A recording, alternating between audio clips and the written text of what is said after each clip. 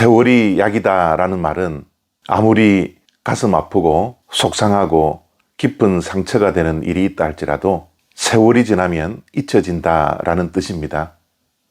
물론 시간이 지나도 치유되지 못하는 분노와 슬픔과 아픔과 상처들이 우리에게는 있습니다. 그러나 쉽게 잊혀지지 않을 일들이 우리의 삶에 다가왔을 때 위로하는 말로 세월이 약이다 라고 말을 합니다. 그러나 죄의 문제는 세월이 아무리 흘러도 없어지지 않습니다. 죄는 시간이 흐른다고 해서 자동적으로 없어지는 것이 아니죠. 세월은 우리가 해야 할 회개를 대신할 수 없고요. 시간이 우리의 죄를 용서할 수 없습니다. 사무엘하 21장 3절과 4절 말씀입니다. 다윗이 그들에게 묻되 내가 너희를 위하여 어떻게 하랴? 내가 어떻게 속죄하여야 너희가 여호와의 기업을 위하여 복을 빌겠느냐 하니 기브온 사람이 그에게 대답하되 사울과 그의 집과 우리 사이의 문제는 은금에 있지 아니하오며 이스라엘 가운데에서 사람을 죽이는 문제도 우리에게 있지 아니하니이다 하니라. 왕이 이르되 너희가 말하는 대로 시행하리라. 아멘. 다윗의 시대에 3년 동안 이스라엘 땅에 기근이 계속되었습니다. 그 기근의 문제로 인하여 다윗은 하나님께 기도했지만 그 기근이 일어났던 이유가 있었습니다. 3년 동안 이스라엘 땅에 있었던 기근의 문제는 결코 우연이 아니었습니다. 과거에 사울이 지었던 죄에 대한 하나님의 징계였죠. 세월이 지나며 사울이 기브온 사람에게 범했던 죄는 잊혀졌지만 하나님께는 그 죄가 잊혀지지 않았습니다.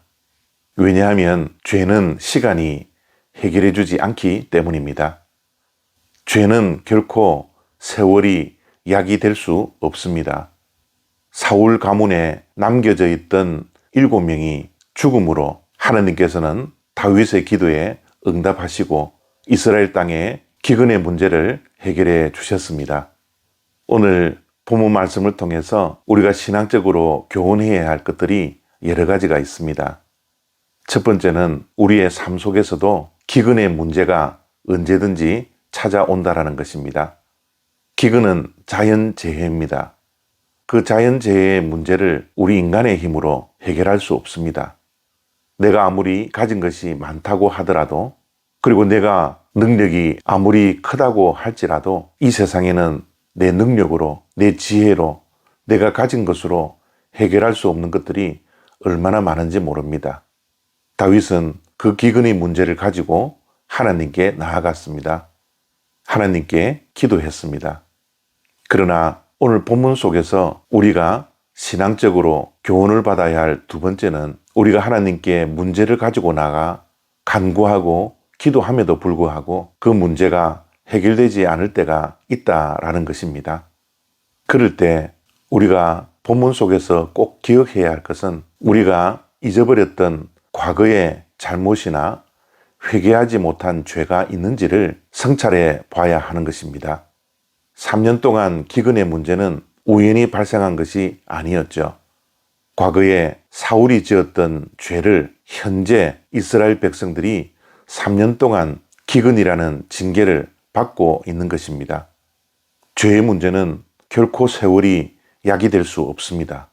하나님 앞에서 반드시 회개함으로 하나님께서 해결해 주셔야 합니다. 그 죄의 문제가 하나님 앞에서 해결된 후 하나님께서는 우리의 기도에 응답해 주신다는 것을 꼭 기억할 수 있는 저와 여러분들이 되었으면 좋겠습니다. 오늘 우리의 삶 속에 기근이 찾아왔습니까? 우리가 해결할 수 없는 문제가 있습니까?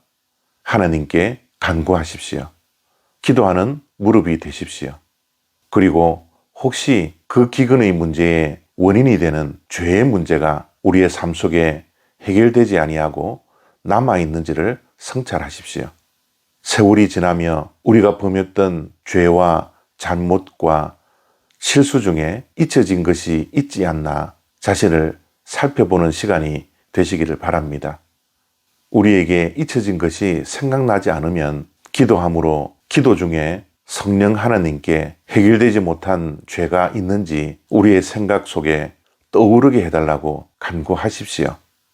우리 속에 깊숙이 숨겨져 있는 그리고 잊혀져 갔던 죄와 허물과 실수와 회개하지 못한 잘못이 있다면 하나님 앞에서 철저히 회개하고 하나님께로부터 해결받을 수 있는 복된 하루 되시기를 바랍니다.